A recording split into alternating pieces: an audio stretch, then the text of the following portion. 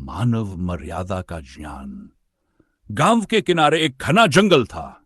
इस जंगल के पास ही एक छोटा सा गांव बसा था, जहां लोग शांति और सौहार्द के साथ रहते थे। गांव में एक विद्वान संत रहते थे, जिनका नाम स्वामी देवदत्त ने ज्ञान, संयम और सद्गुणों के लिए प्रसिद्ध थे। स्वामी देवदत्त रोज गांव के चौपाल में लोगों को जीवन और मर्यादा का पाठ पढ़ाया करते थे।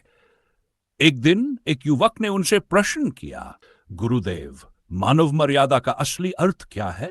संत मुस्कुराए और बोले, बेटा, मानव मर्यादा का अर्थ केवल अच्छा आचरण नहीं, बल्कि अपने कर्तव्यों को सही ढंग से निभाना और अपने शब्दों व कर्मों से दूसरों को सम्मान देना भी है। यह केवल दूसरों से अच्छा व्यवहार करने तक सीमित नहीं है, बल्कि स्वयं की आत्मा की पवित्रता को भी बनाए रखना है। राजा का आदेश और गांव का संकट। उसी समय गांव में एक नई समस्या खड़ी हो गई। पड़ोसी राज्य का राजा अजय सिंह, जो एक क्रूर और लोभी शासक था, उसने गांव के किसानों पर अतिरिक्त कर लगाने का आदेश दिया। यह कर इतना अधिक था कि गरीब किसान इसे चुकाने में असमर्थ थे। गांव के लोग चिंतित होकर स्वामी देवदत्त के पास पहुंचे और बोले, गुरुदेव, हम क्या करें? यह कर देना असंभव है, और अगर हमने मना किया तो राजा हमें दंड देगा। स्वामी देवदत्त ने शांति से उत्तर दिया, डरो मत। सत्य और धर्म की रक्षा करने वाले को कोई हरा नहीं सकता। चलो, मैं स्वयं राजा से मिलूंगा। संत और राजा का संवाद। स्वामी देवदत्त अपने कुछ शिष्यों के साथ राजा अजय सिंह के दरबार में पहुंचे। राजा ने उनका स्वागत किया और बोला, स्वामी जी, आपने इतनी दूर यात्रा क्यों की? स्वामी जी ने शांत स्वर में कहा, राजन, मैंने सुना है कि आपने गांव वालों पर भारी कर लगाया है। क्या आपको नहीं लगता कि यह अन्याय है? राजा ने क्रोधित होकर उत्तर दिया, स्वामी जी, यह मेरा राज्य है और मुझे इसे चलाने के लिए धन की आवश्यकता है।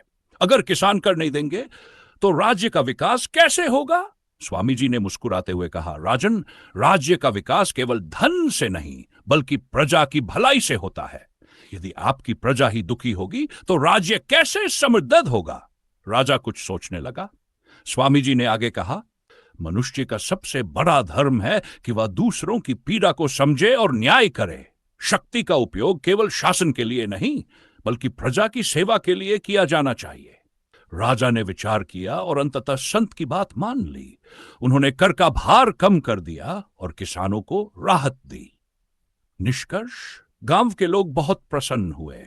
उन्होंने स्वामी देवदत्त को धन्यवाद दिया और उनकी शिक्षाओं को अपने जीवन में अपनाने का संकल्प लिया। इस कहानी से हमें यह सीख मिलती है कि मानव मर्यादा केवल अच्छे आचरण तक सीमित नहीं है, बल्कि यह दूसरों की सहायता करने, न्याय और सत्य के मार्ग पर चलने में भी निहित है।